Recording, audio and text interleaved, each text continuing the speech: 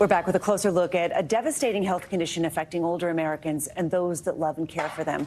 Nearly 7 million people are currently living with Alzheimer's disease in the U.S., according to the Alzheimer's Association. It is the most common form of dementia, affecting a person's memory and behavior over time. High healthcare costs are a big reason that more than 11 million Americans are providing unpaid care for people in their lives with Alzheimer's or dementia, and it's often a family member. But taking on that care partner role can be a demanding, full-time, unpaid job. You might recognize our next guest as a real estate mogul and one of the stars of Shark Tank. But Barbara Corcoran was a care partner to her own mother, who lived with Alzheimer's for 9 years. It was a long haul after 9 years, believe me. It is just an unsung heroes, or the people who are caring for people with Alzheimer's. So it's so lovely to have you here in the studio. Tell us about your mom and this process. You were building a business in real estate. At the same time, you had to care for someone with a progressively deteriorating condition. Well, I was fortunate that I had the help of 9 siblings to help care for her. Let me get that up front. Great. Building the business for me was easy compared to caring for my mom, because with a business, you get something done, you see your accomplishments.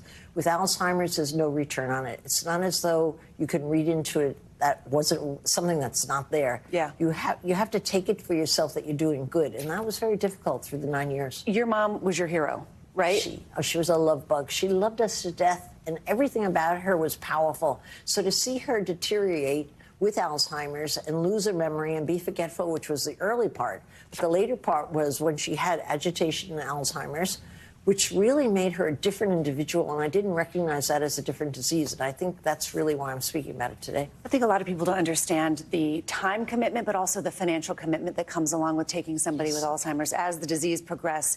You know, I mean, I was just in Wisconsin interviewing a couple who have the same situation, you know, the security system on the house to make sure they're keeping an eye on the person with dementia, and the therapies, and you know, there's so much that goes on with it, and there really aren't a lot of resources for people. No, and to do it alone is crazy. There are more resources today.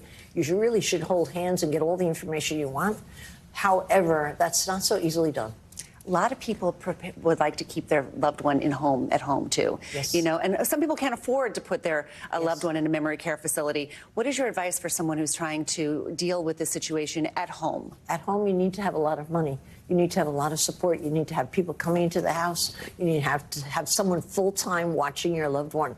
And that's a very expensive way to go. Yeah, otherwise you're quitting your own job and you have to do it for your family. I doubt that. And it's somebody's got to pay. Well, true. And it's so difficult, though, also because you make the point that the disease is degenerative, that the person that you love and know is sort of disappearing in front of you. Talk to me about what that is like and how you cope with it. It's very difficult. When you're dealing with Alzheimer's, you expect the typical symptoms of forgetfulness, repeating things all the time, getting in the person's time zone where they are versus where you are. That you learn to live with, but you don't learn to live with when they are angry, when they're restless, when they're wandering. That is a separate disease, and that's what I wish I had recognized, that separate disease. Yes, very much so. That's hard to deal with. Yes, it is. It's called agitation Alzheimer's. So it's the person you love who's there with you, but it's also a different version of the person you love sometimes. It's the worst version of the person. I still cannot remember what my mother's eyes looked like. When I think of her with those dementia eyes, blanking, staring. It's just heartbreaking. Talk to me about your family and how your family all pulled together to help.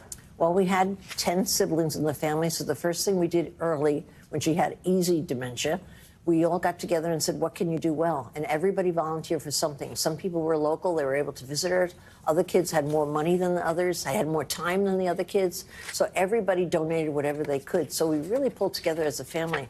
And for those people who don't have a family, and that's very unusual, there are many, many support groups where you could get cooperation. I know so many people dealing with it on their own, and there's really no way you could do it on your own. You really need support from someone.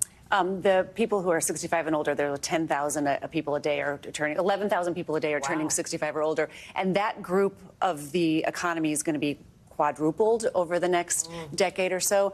I suspect there will need to be some policy issues addressing, you know, how we are going to care for all of these, the aging American population. There has to be. I would vote for whatever candidate is for that, because I realize the burden of caring for a loved one. Talk to me about what's next in your business world. What's up in your amazing Shark Tank life? Well, I started a new podcast, which is exciting for us. I'm helping entrepreneurs called Barbara in Your Pocket. helping entrepreneurs deal with the businesses of getting their business ahead. And they've become really my best friends, that I've become their best friends. So we're having so much fun with it. What is your number one piece of advice for someone who wants to try something new, wants to start a new business, wants to just get out there and grab the economy right now? Get it going. Most people spend too much time getting ready. Forget about getting ready. Just go out in the street, get it going, and you'll find out what all the problems are and what your real business plan has to be. Thanks so much for sharing this very personal story and reminding us that we can try to build our business, build our life, and still take care of our family at the same time. Of course. Wonderful. Barbara Corcoran, so nice to see you. Thanks for watching. Stay updated about breaking news and top stories on the NBC News app or follow us on social media.